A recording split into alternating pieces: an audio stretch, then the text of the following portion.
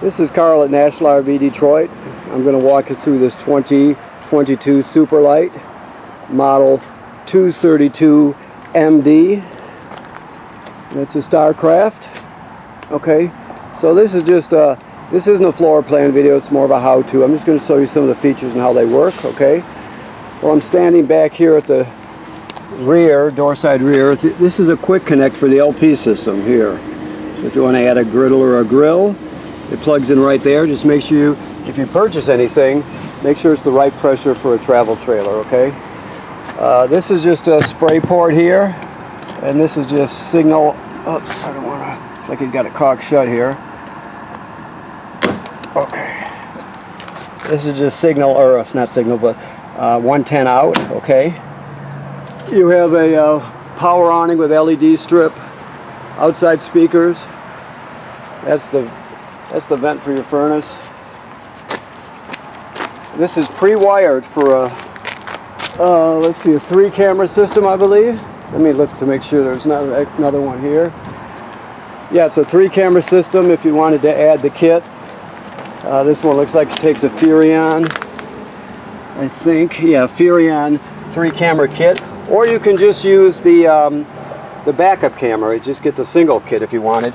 But how this works, basically this piece comes off and the camera fits on there, and there's also a pre-wired mount in the back for just a backup camera, so if you're interested. Also, you are getting a hitch with this. It's a Husky centerline weight distribution hitch with built-in sway control. We'll show you how that operates when you pick up.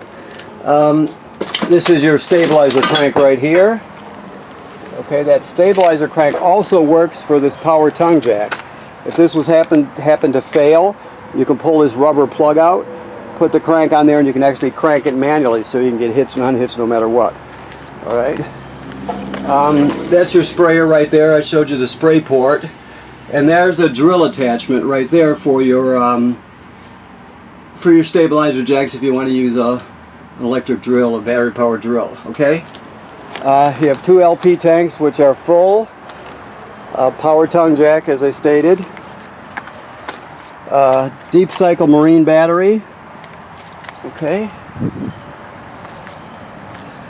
There's the other hookup for the other camera if you were to add a 3-camera kit. We're just washing it right now, so that's where the suds are coming from. You have your dump hose, and there's some caps here. That's a reducer for your power cord to reduce down to a 20-amp plug if you need to. Okay, so the type of slide out you have is commonly referred to as a Schwintek. It's made by Lippert now, they bought it out, but people still refer to it as a Schwintek, so if you ever need to know what you have, that's a Schwintek slide out. Here we have your gray and black tank valves here. Okay.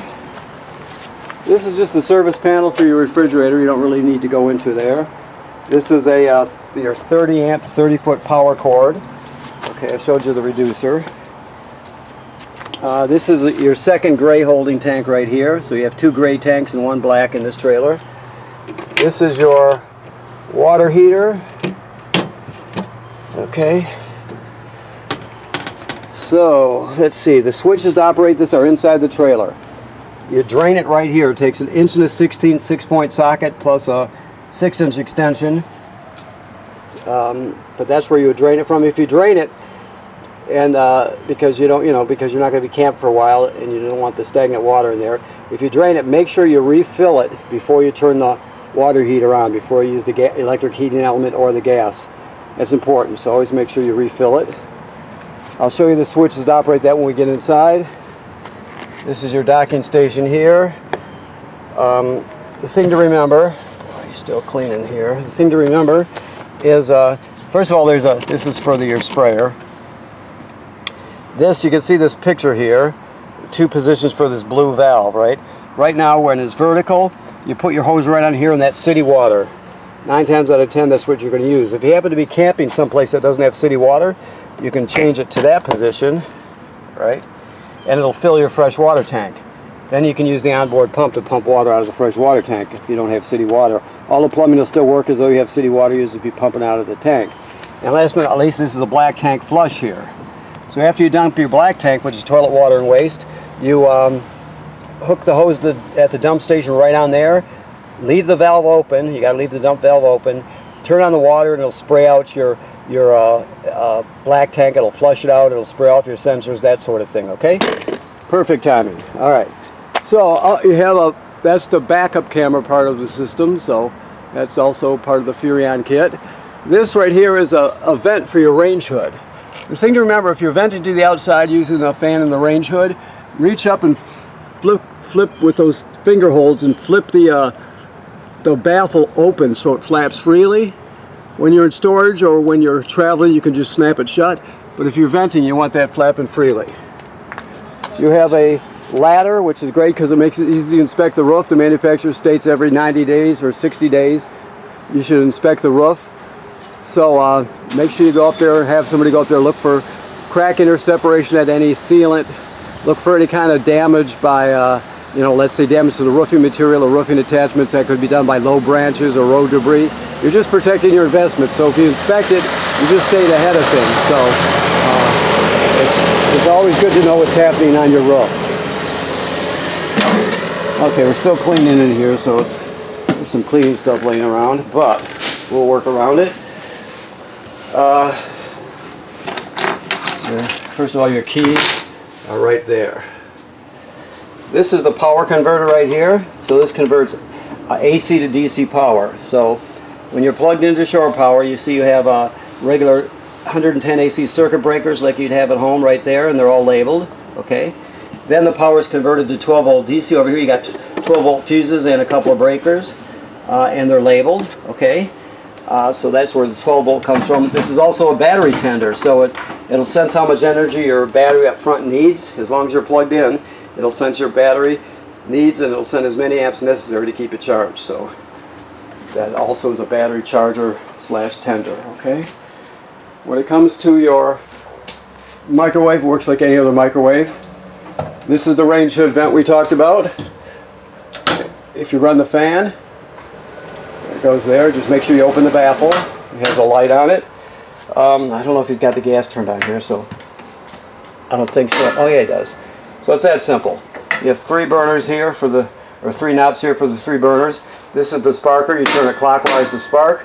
That's for the oven. So when it comes to the oven, you have to know that there's a pilot light all the way at the back there on the bottom. Let me see if we can see it back there. I can't really see it at this angle, but the idea is you'll go to the picture of the flame, you'll depress it, keep it depressed while you're lighting it. After it lights down here, you still hold this in for another 10 or 15 seconds to heat up the thermocouple. Then you go to operating temperature. When you shut it off, the flame goes out obviously, but so does the pilot light. So you have to relight the pilot light each time you use the oven. You got lights here. Okay. And always have this 2-panel top closed when you're traveling, okay? Never leave it open. Alright, so your table is obviously right here. You're cleaning the floor. This is what is this? This is a hide-a-bed here. So you pull the cushions off, the back cushions, you grab it, you fold it out. It's 3 panels. It's really nice. Actually, as hide-a-beds go, it's really nice. You have a gas absorption refrigerator right here. So that's on. Then you pick mode. Let me just do it this way. So right now it's on auto electric. That's the way you want it most of the time. The reason it's called auto electric is because it automatically seeks out 110 AC. If it can't find it, it'll automatically switch to gas. So that's the best way to have it. If you're gone for the day and you have a power outage at the campground, it'll sense that and light it on gas for you so it don't spoil your food. Now you can set it just to dedicated. Whoops, I got it backwards here. That's the temperature. You got it. That's just electricity, just gas, but auto electric is the most common way to use it, okay? Alright. Okay, so your TV probably folds out. Yeah, it's got a swing out bracket on it. Always strap it in place when you're traveling. Got a strap here, okay? When it comes to your, try to do this one-handed. When it comes to your sound bar, it has FM radio, no AM. So just FM radio, but it has Bluetooth, so you can stream wirelessly from your phone or your tablet. It has a USB port, so you can use a USB stick on it, put all your albums on it, and take them with you, whatever. The HDMI is an in case you want to go over to the end of the system with, let's say, a portable Blu-ray player or something, you can go in there. It has two speaker zones, 1 and 2 right here. 1 is inside the trailer, 2 is outside the trailer. So it does a lot. It does everything you need and then some. Okay? Alrighty, so let me look a little bit here, see if I forgot anything. Yes, I guess I did. So right here, you have your awning, your power awning right here. Hopefully you can see that. And you have your lights right there, your awning lights. Never leave the awning out unattended. Always roll it in if you're not going to be at the campground. That's your slide out there. Your water pump, we talked about the water pump for pumping water out of the fresh water tank if you don't have city water. That's right there. You also use that to winterize the trailer. Light your water heater on gas there. The electric heating element there. Always make sure there's water in the tank before you run it. And of course, these are all your levels. Okay? They graduate up in 1/3 increments. Alrighty. So now, this is your thermostat here. You just hold the mode button. You got to hold it to get it to turn on. Then you're going to just go through it till you find your what you're looking for. That's air conditioning there. On air conditioning, it's best to run it on auto. So that's auto air conditioning right there. And also, you can select your propane furnace and just the fan, which is the air conditioner running without the compressor, just circulates air. Your shower works like any other shower. Always keep it latched like this when you're traveling, otherwise these will break if they slam hard enough. This is a GFCI here, so keep in mind that all the plugs in the tray are wired through a GFCI, so if you're using something outside and it pops, you're going to reset it here. Okay. Sink works like any other sink. Toilet is typical RV toilet. It sits right over a black tank. You can't use it dry meaning with no water or chemical in the black tank, right? So when you get to the campground, you hook up your power and your water, put a dose of chemical right in the bowl, then you're going to step on the pedal until at least a gallon of water goes into the black tank along with the chemical. Then you're ready to use it.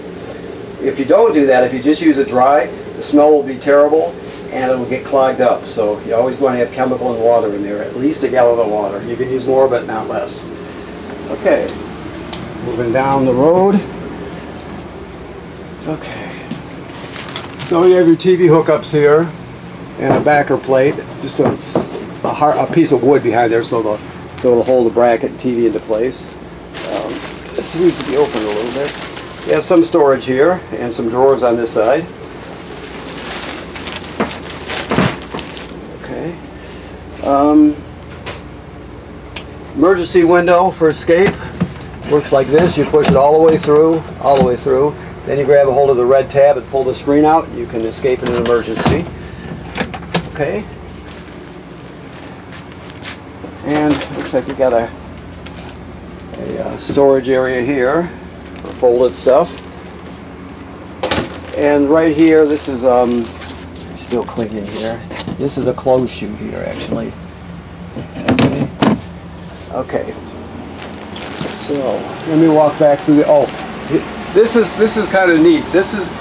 Don't pay any attention to the Wi-Fi part, or I mean the 4G part. This is basically a Wi-Fi signal booster. If you're interested in having better Wi-Fi, you can scan this code and it'll take you to it. This is an option. It's pre-wired. It will consist of a router box that fits right here, and then an antenna on the roof, and you just get better public Wi-Fi. It's a signal booster. It's a router. So it just gives your family better Wi-Fi if you're interested in something like that. Okay, we're coming back this way. I think we pretty much have it here. Let me look around a little bit. Yes. Okay, I think we're all set then. I want to thank you for purchasing your trailer here at National RV Detroit. Please remember what I said about inspecting the roof every 60 days. That's important. It should be part of your regular maintenance. People generally don't inspect the roof enough. You just want to know what's happening up there so you can be ahead of any possible issues, okay? And right now we're in camping mode when it comes to the plumbing system, so all the antifreeze has been purged and it's been replaced with fresh water, and you're all set, ready to go. Remember, never run the water heater on gas or electric without water in the tank. Okay? Thank you.